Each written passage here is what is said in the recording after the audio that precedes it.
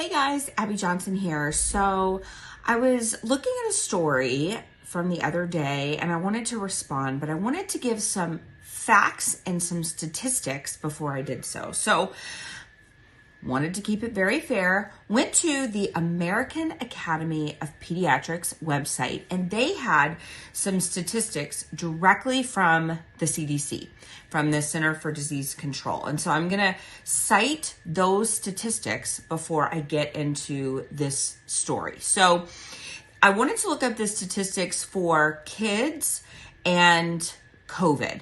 Okay, and this is what the CDC has directly on their website. I went to the AAP. They had the statistics from the CDC. I went to the CDC's website.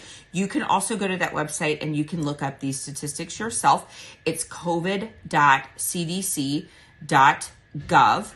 And this is what the stats say.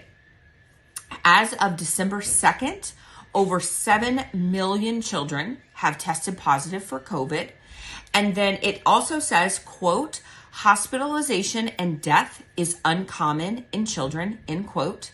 And then there's a summary of findings. And what it says on there is that the hospitalization rate in children is 0.1% to 1.9%. So statistically very low, okay? Then the rate of death in children under the summary of findings for COVID is 0%, this is the rate of death, 0% to 0.03%.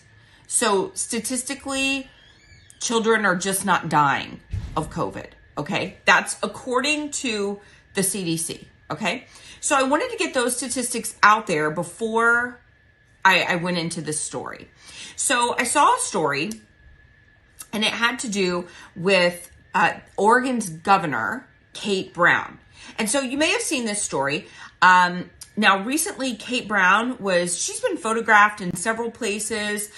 Most recently, she was photographed at some LGBTQA whatever event. It was a gala event in Washington, D.C. Now, Washington, D.C. does not have a mask mandate indoors. Now, her state of Oregon still does have a mask mandate. But while she was in DC, she was enjoying the mask-free environment. And so when she was at this gala event, she chose not to wear a mask. And she was photographed not wearing a mask at this event. At that same time, there was a parent that sent in a video of kindergarten children outside. This was in Portland, Oregon. This was at Capitol Hill Elementary School. These are kindergartners. So these are 5-year-old children, presumably all about 5 years old, 5-year-old children sitting outside in Portland, Oregon. It was 40 degrees this day outside, and they're all sitting on buckets eating their lunch. I want to show you this video here.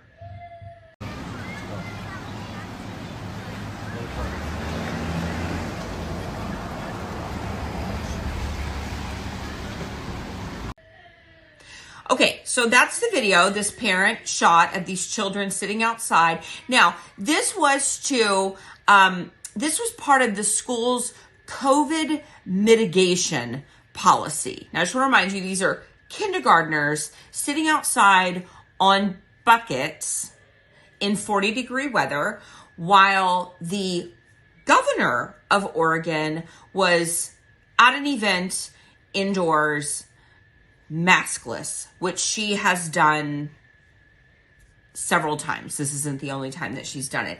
And that's fine with me. I'm totally fine with her not wearing a mask indoors. What I'm not okay with is the policies that her state has implemented and really the abuse that they are inflicting on the children in the state of Oregon. That's what I'm not okay with. And that's what parents everywhere should not be okay with.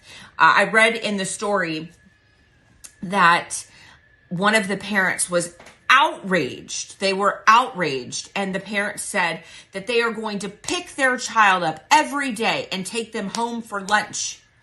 That's their response. they're so outraged, they're going to take them home every day for lunch. I got to tell you, if that had happened to my child, that would not be my response that came from outrage. My response would be quite different. My child would no longer be going to Capitol Hill Elementary School. My child would not be enrolled in a public school in Oregon in the first place. We have got to do better. We have got to do better for our children. And I know that public school is the only option for many people. I get it. Or they believe that public school is their only option. I understand that.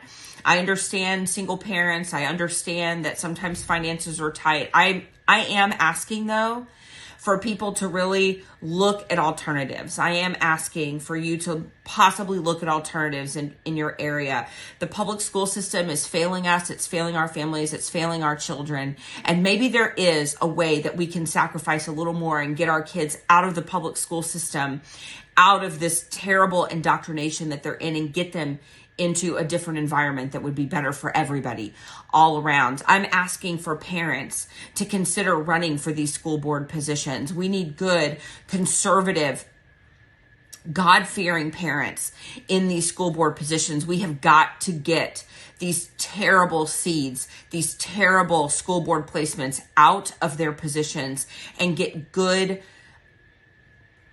children-loving parents in these school board positions. So I'm asking you just to consider those things right now. I'm asking you to actually be outraged at what's happening to our kids, because somebody has got to be outraged enough to actually do something to protect our children.